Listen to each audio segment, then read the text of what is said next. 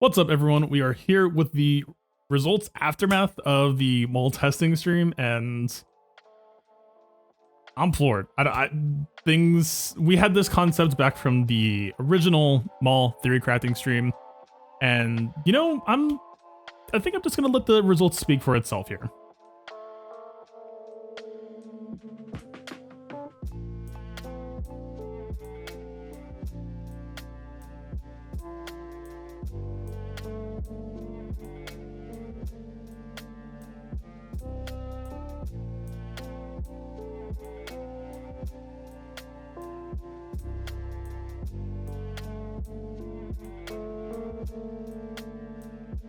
As you can see, this is a...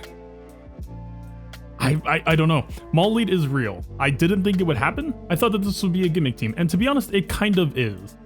But it's a pretty good gimmick. It's very effective at it. This is just a team that is capable of a lot of solid upfront damage for a couple of reasons that let's get into here. So here we are in game now in the Galactic Challenge. I was able to beat this, but they are pretty statted up, so... What is this team? This team uses a couple of mechanics that I will break down here in a second to just throw an insanely impressive all-in against your opponent at the start of a fight. It is not just that. That was the core concept, and I knew that that all-in would work and, could potentially burst out some teams. Kinda cheesy, right?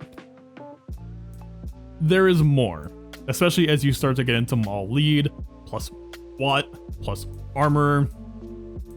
There's a lot of cool synergy here. I'm beside myself. I think CG actually did a fantastic job.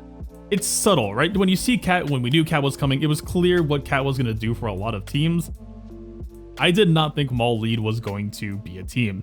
I thought Maul was going to attach at the hip to Lord Vader. It is a improvement for that team, sure, but let's just get it. So you might be asking yourself, why does Wat need to be in this team? Simple question, simple answer. Wat giving a tech piece procs Frenzy. You will notice, their turn meter is a little bit high, but that's just because they are preloaded in this encounter. Wat gave weapon tech to Maul, or you can give it to whoever, and Maul takes immediate turn. Now, Maul is only at 3 stacks, of course. We don't necessarily want to do all in yet, so we have to get to 5, right? Let's use our AoE.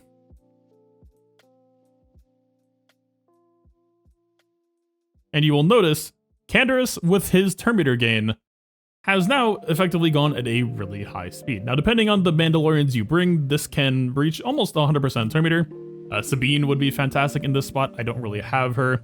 Beskar Mando, Django also have been very effective in this team, but those characters have their own squads that I would like to keep them with, so I kind of landed on this as a budget version. Now, obviously, our armor got a little bit beat up there. There is some modding that we don't have on right now that I think the team will want to have, but just for purposes of demonstration, you will see we're still, we're 20% turn meter into the fight.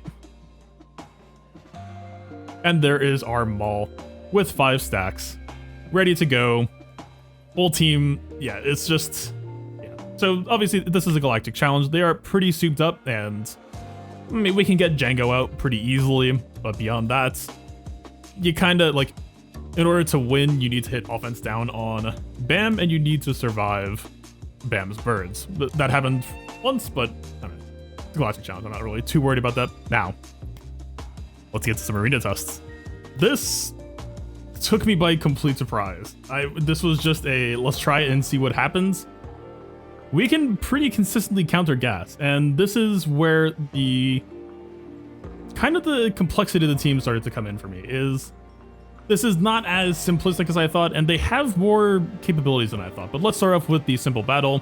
Obviously, we are running Django plus Bam here. This is pretty overkill in terms of Mandalorians, but this is kind of the intro for the fight of, you can at least see the capability. We do have a DPS check, unfortunately. This gas is pretty bulky. He is about 3 protection primaries worth, let's say. We need to get through this gas in 3 blasts from Maul.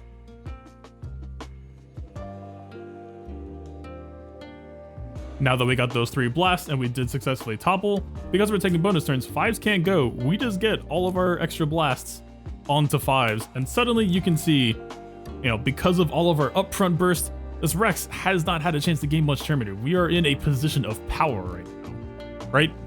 So we have Maul taking his last turn. We have Canderous also at 100% turn meter. This is a juicy opportunity to try to pick off all the clones in time. And much to my surprise, this is very, very capable of doing so. This Canderous right now you see is gear 12. So not the best damage output on him, but still quite capable regardless, I would say. Now, the other thing that surprised me about this team is Maul. Specifically, when I had thought about playing Maul for the most part, I really figured that we would just be, you know, you get your 5 Anguish, you spend your 5 Anguish, you get back to 5 Anguish, you spend your 5 Anguish. You look at this spot though, and it kind of occurred to me really quickly that I think just in terms of sheer damage output, and you know, Gas has maybe 3 or 4 turns until he stands back up. Maul True Damage is actually a perfectly good option here, right? This is a way to front load our turns to make sure that we can get through the clones in time. And that's exactly what happens. And with the added bonus, we were able to get, I believe we get the arc kill with the special to get the instant 5 stacks of Anguish.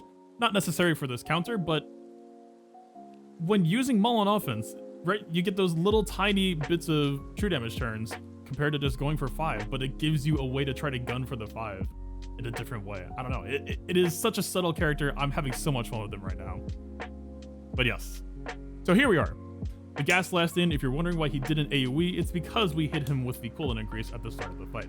We lose one character. That is more so a downside of Django plus Bam, with one possible upside that we'll see here shortly. We're talking through this fight on stream. Apologize for this being a live VOD. And this is where there was an aha moment. Of course, I would prefer not to use Bam in this team, but this was a pretty cool interaction in itself, right?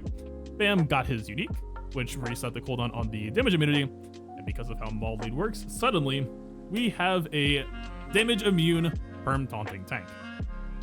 Not bad, right? And just to make things even more fun, we've got the regen tech. There's more. At this point, we have 5 Anguish. I think we all can agree. This Gas is going down. He can't counter Maul or anything. There's 0 consideration. He is dead, right? So at the end of this test, let's start asking what things look like a little bit differently. So we ran the same fight, and you'll notice this time, you know, our Canderous couldn't quite bring home the kill on Echo. Gas stands up. In my mind, this is an immediate failure. It's like, okay, well, you know, we gave it our best shot. We did all our damage. We didn't quite make the cut. You know, that's, you know, you win some, you lose some. Maybe if we had a better gear Canderous, right? That's all that was going through my head. And then I had the realization, we have Wat in the team. We have Armor in the team. You can have triple Beskar alongside regen tech. And, you know, Armor is taunting right now, but unfortunately Armor can't give herself Beskar, so we kind of had to make sure someone else could take over that role. You have a critically immune, constantly regenerating, counter-attacking, perma-taunting tank. It is... that I didn't think this team would have that type of synergy or that type of endgame payoff. It feels like such a nice goal to work towards. And obviously we are still using Django in this team, and the intent is not to use Django. But this was the match where it first all kind of came together, clicked. And yeah, Armor really did start to put together this synergy and make me realize, like, no, this more than just a cheese team. Like, this feels like a real comp. And last but not least, I did go for the attempt of subbing out Django for Bo-Katan. You know, this would kind of be, to me, this is the ideal. You're not stealing Bam, you're not stealing Django, you leave your bounty hunters alone, you leave your wheel scoundrels alone. And, you know, Wat's kind of a free agent. You could say Wat plus Armor is a little bit expensive, you know, depending on your GL strats. But this, for the most part, is a team that kind of just is new. This is a team that doesn't really step on any other team's feet. Now, again, this Canderous is gear 12, unfortunately. And so just to show the fate of the counter, if you do go for the cheaper or like the lesser used Mandalorians, and you don't necessarily have the damage gearing on Canderous to back it up, you do kind of need to pass that triple blast check, right? We fall a little bit short damage-wise, not really worth going for at that point. Rex goes, it's not pretty, and yes. And yeah, one last little side anecdote. I actually was able to beat the Galactic challenge. Saw some people saying that it couldn't really be done. Not that it really matters. I don't know, it was more just a fun challenge than anything. But yeah, you know, obviously the characters are very, very heavily statted. You know, Maul is blasting through characters much, much easier than this Django. But yeah, you know, we were able to get through it. The offense down that Maul provides really is just some extra control. Kind of interesting. And the team just has legs. I don't know, it's cool. Obviously, like, those birds will usually just nuke everyone most of the time. He just happened to aim for Maul, and Maul could take the hit, and we stabilized from there. But yeah, I don't know. I think that this team has a pretty bright future. I'm excited right now.